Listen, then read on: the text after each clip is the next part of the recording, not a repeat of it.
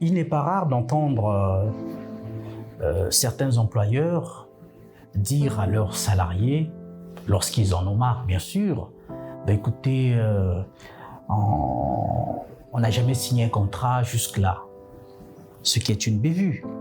Parce que lorsque quelqu'un travaille et que vous lui remettez en contrepartie quelque chose en forme soit d'argent, il existe en fait une relation contractuelle. Et la communication de ce jour nous permettra de mettre à la disposition non seulement des employeurs, mais aussi des employés, un certain nombre d'éléments pour éviter d'être toujours dans ce genre cette sorte d'ignorance perpétuelle.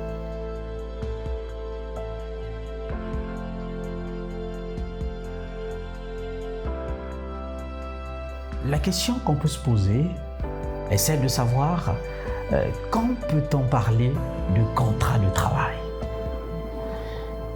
Un contrat de travail existe de plein droit lorsque vous réunissez 3 éléments. Le premier, l'existence d'une prestation du travail. Le deuxième, l'existence d'une rémunération liée à cette prestation. Et troisièmement, le lien de subordination existant entre le salarié et la personne qui le rémunère. Ces 3 éléments, lorsque vous les réunissez, vous constituez tout de suite une relation que l'on peut qualifier de contractuelle. Peu importe la forme que cela peut prendre ou que cela pourra prendre, mais nous sommes en présence ici d'un contrat de travail. S'agissant, bien entendu, de la forme, il n'existe que 2 formes, en fait, 2 formes de contrat de travail. Nous avons la première forme qui est connue, qui est une forme souhaitée par tous les salariés, c'est le contrat à durée indéterminée, dit CDI.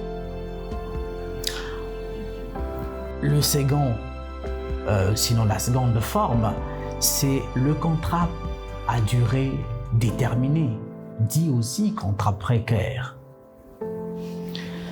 Le premier, donc le contrat à durée indéterminée, CDI en sigle, est un contrat du droit commun, c'est-à-dire le contrat le plus répandu et le plus stable.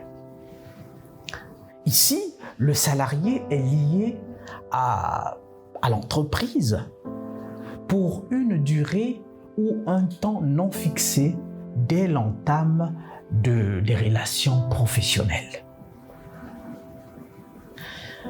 Relations professionnelles, peut-être que vous allez me demander, mais ici, il s'agit simplement du travail qui s'effectue entre le salarié et le chef d'entreprise ou l'employeur. C'est ça, c'est une relation professionnelle qui s'établit.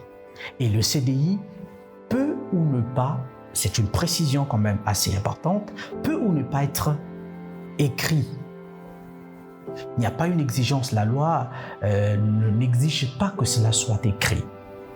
Par contre, le second, ou sinon la seconde forme, puisque nous avons parlé des formes en amont, la seconde forme, qui n'est autre que la forme du contrat de travail à durée déterminée, est la figure la plus importante qui pose problème en même temps.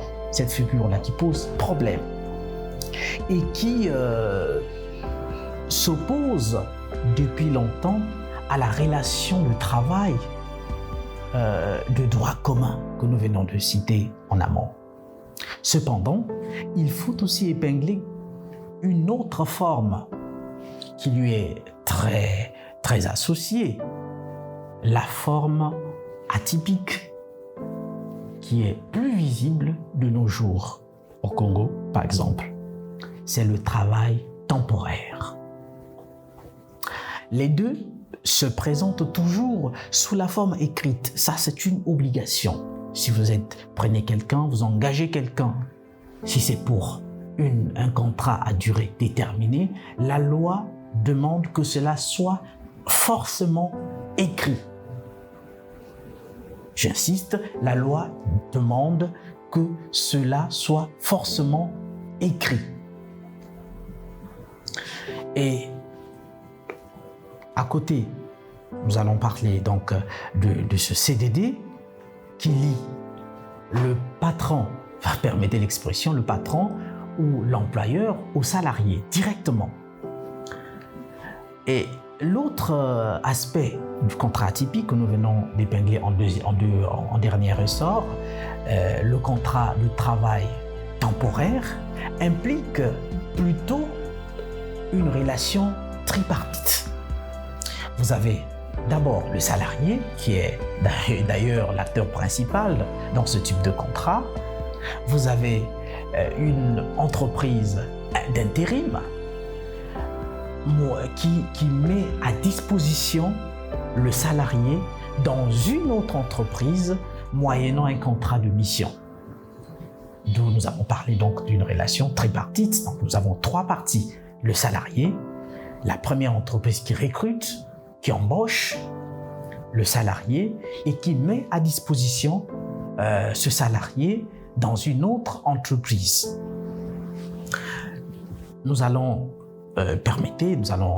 souligner qu'un contrat de type précaire ne peut être résilié avant son terme, à moins qu'il y ait cas particulier. Par exemple, faute lourde,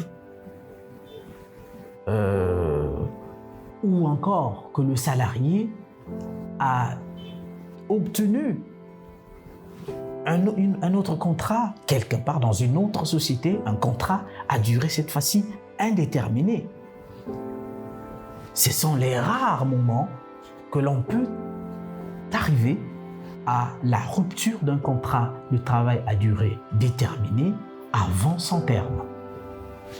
Au Congo, la loi numéro 696 du 6 mars 1996, modifiant et complétant certaines dispositions de la loi numéro 45, la loi numéro 45 par 75, si j'ai bonne mémoire, du 15 mars 1975, instituant le Code du travail, retient en son article 32 les raisons de recourir à un CDD au nombre desquelles. Les raisons sont connues. Pourquoi est-ce que vous devez recourir à un CDD? Je vais citer quelques-unes. Soit vous avez un ouvrage ou un chantier, alors ce type d'activité vous impose, sinon vous autorise à recourir à un CDD, à un contrat à durée déterminée. Vous avez l'exécution des travaux d'urgence. Là aussi, il y a la possibilité de recourir à un CDD. Vous voulez remplacer un salarié absent, peut-être pour des raisons de congé de maternité pour les femmes, congé de paternité pour les hommes. Alors, vous voulez remplacer momentanément, bien sûr. Vous pouvez recourir à un contrat à durée déterminée. Et la loi est bien claire là-dessus. Mais si vous avez une entreprise qui a une très bonne santé, au sein de laquelle les activités fonctionnent à merveille, la loi ne vous autorise pas de recourir à ce type de contrat, dit contrat précaire. Vous devez embaucher pour engager le salarié au titre d'un contrat à durée indéterminée. Bon, de nos jours, nous savons qu'il y a une lancinante question qui se pose quant à savoir est-ce que avec la Covid-19, les contrats, qu'il s'agisse des contrats à durée déterminée ou encore des contrats à durée indéterminée, le cas de force majeure ne se pose pas. Et s'il se pose, est-ce que cela n'apporterait pas quelques dysfonctionnements de ces contrats? C'est-à-dire que vous êtes en CDD, par exemple, et puis que nous sommes en crise sanitaire liée à la Covid-19, que ce CDD puisse connaître des entorses. La question est sur toutes les lèvres, et là, nous n'allons pas danser plus que la musique. Nous attendons que la jurisprudence se prononce, et dès qu'elle se prononcera, très prochainement, parce que c'est une question brûlante, et nous aurons une réponse assez adaptée, assez adéquate à cette question de force majeure ou pas. Voilà en quelques mots ce que l'on peut retenir de